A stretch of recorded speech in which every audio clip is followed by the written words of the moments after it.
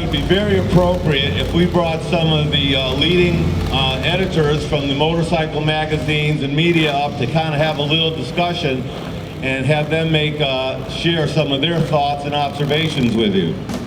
So I'd like to bring up Marilyn Stemp from Ironworks magazine. Thank you, Marilyn. And we have Chris Collin from Cycle Source.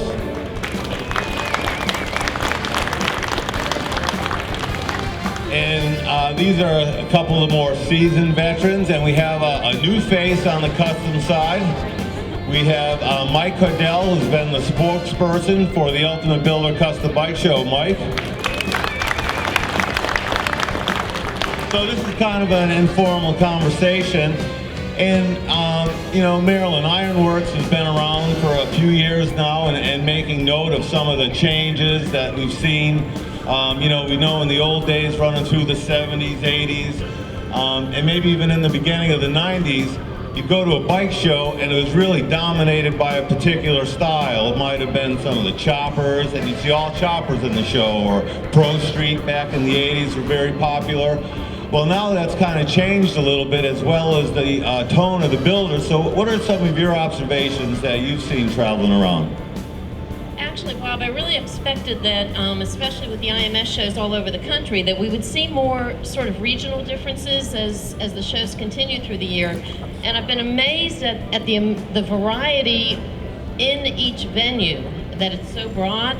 And that really the competition, I think, has brought people to the forefront. And there really are no regional differences anymore. It seems to me like bike building is global. And we're looking to Europe for influences, and they're looking to us for influences. And we're really exchanging ideas in a way that has made it way harder for you builders, but way more exciting and interesting for us magazine editors. Chris, your magazine, Cycle Source, has been focused a lot, I would like to say, on some of the garage builds and a lot of the younger generation getting in to have a broader aspect and more diversified background. So what have you seen come across with the builders that you're in touch with in the different shows you're involved with? Well, first I want to thank you for letting me go after Marilyn, who speaks so eloquently, and now it's my turn to get up here and be dumb. But seriously, what we see, honestly, with the changes in the economy and the challenges that are there in the younger demographic has just been the same thing that's made custom motorcycles what it is today.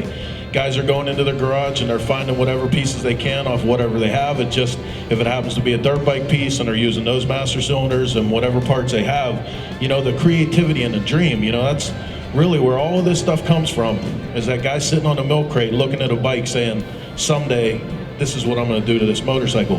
And that's still alive. And no matter what label you put on it, or what it looks like when you're done, or what you call it, or how they, you know, how they try to sell it in the industry, the dream of that custom motorcycle is what makes it all run. That's still there. It's even more today.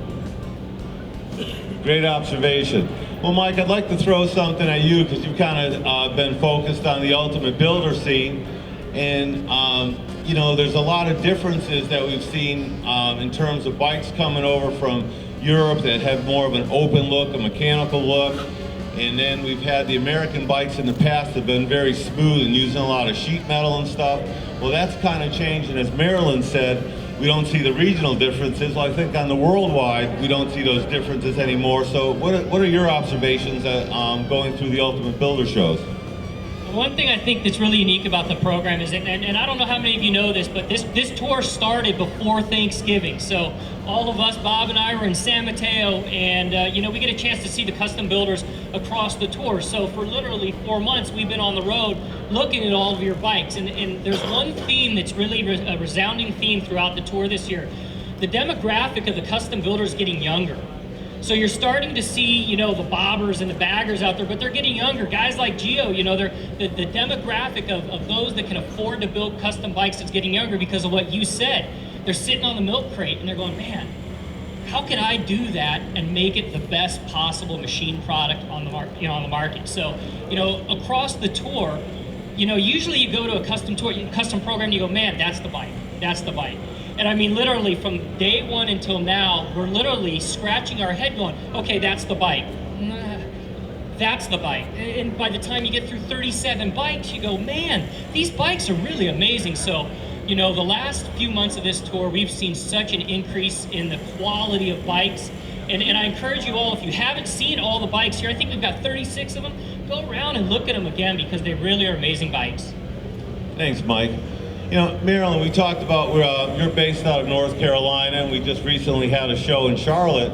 What's very interesting about North Carolina is all the influence from NASCAR, and there's a lot of fabricators and sheet metal and suspension workers there. So why don't you tell us a little bit how that's had an effect on the local builders in that area? I'll hold the mic myself this time, I guess. I don't know that I can speak necessarily to the whole NASCAR industry, but I do know that there's a pretty strong gearhead mentality where I live, and that does help to fuel some of the bike area as well. But there's such a respect and an authenticity of, I guess, craftsmanship and working with your hands, and it has made me all the more amazed at the work that we saw at the regional shows and now at this one again. That all you builders deserve amazing kudos for the products that you come up with.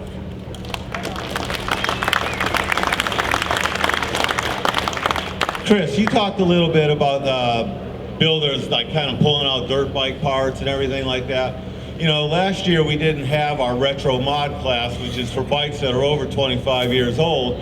And we saw guys trying to fit into other classes, cafe guys trying to go into performance class, maybe some British bobbers, early metric bobbers trying to get in the freestyle class, and it really wasn't quite right and didn't fit.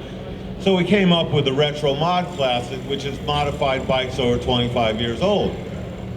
Part of the value of that is you can pick up an old Ironhead Sportster for $500 or $600 or an old metric bike, and you know, maybe you can help us a little bit understand that how these guys are able to find something like that and the creative process they go through to still come up with a nationally competitive bike, and sometimes for under $2,500. Well, and you know, again, I think it's the luxury that we have watching this second wave of custom motorcycle builders come through the industry, because that's really what it is, a resurgence. What we have today, though, is they're afforded the benefit of the technology of today. You know what I mean? Because a lot of these kids, you've watched them over the last 10 years, they've grown up in this. You know, they started, it was rough welds, and they really didn't have their chops down, and they were throwing anything on that they could, but they were doing it because the passion was there. Well, over the last 10 years, they went to school. They can weld really good. They can use CNC machinery. You know what I mean? And what they're coming out with now is everything that they always saw in that dream, they're making into reality now and putting on those bikes. And that's why you're seeing, you know, world-class show bikes from some of these guys, because they had the ingredients that they needed to begin with. Over the last 10 years, they've learned to use the tools to make it happen. You know, and it's that working by hand is what makes it happen for, you know, low money. Well, what's also been impressive is the time they've taken to do a little bit of research, especially on some of the older, like the knuckleheads and some of the old flatheads that I see that these guys use. I don't know if I'm just getting old and I forgot that stuff I used to know, but they know more than I do when it comes to being down to the specifics, what came out with the bike when it was new and the whole deal, and they kind of incorporate that into their builds, which is pretty amazing. I mean, I'm really impressed that there's that kind of desire. A few years ago, we really thought the custom industry was going to kind of die when the economy took a dump. And what happened is a lot of people switched. They got into bobbers. A lot of what Chris has been talking about has taken place. And they figured out a ways. The bobbers were a great style where actually less was more, and they could do things and present all these different bikes.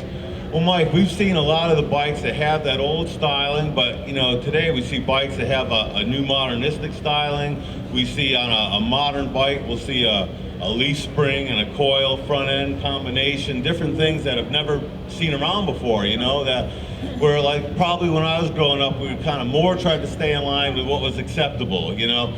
We always thought we were outside of the establishment and we were going our own way, but within our group, you kind of wanted to be accepted and you didn't want to step out too far. What I've seen here, though, is people really kind of going off in their own direction. So why don't you talk a little bit about that, Mike? You know, I think the biggest thing, and it goes back to what you said a minute ago, is everyone's educated. You know, everyone knows how to use these machining and these various tools now, but I mean, it really comes down to technology. The technology in each city, you know, we host the VIP tour, you know, before the program, and we go through what we had on the tour this year is the Dream Pavilion. These are real high-end, top quality bikes. And the first thing we always tell people to look at are pay attention to the welds on these bikes, because the welds are the #1 telltale on a custom bike what the final fit and finish will be. You can tell by looking at those welds. So across the tour this year, you could see the modern technology really being integrated into the products to where a lot of the bikes in the past, from a custom standpoint, they look great, but they're not functional. And the first question when you walk up to a custom guy at one of these shows, hey, does this bike work? They look at you and they almost laugh. They go, are you kidding me? I rode it in this morning. And that's part of it, is that not only are you creating a custom bike that looks aesthetically beautiful, but you're creating a motorcycle that's functional. And that's what's really great about this year's slew of bikes, as opposed to some of those maybe in the past, that you can actually, even the three-wheelers, you know, the 3 rear wheels on the back, these guys are riding these bikes, and that's what makes it cool. Thanks, Mike. Well, I know everybody wants to get on with the awards ceremony and really pay our dues off. I'd like to thank these editors and media people for coming up, and how about a big round of applause so we have a better understanding of today's event. Thank you. Thanks, Chris.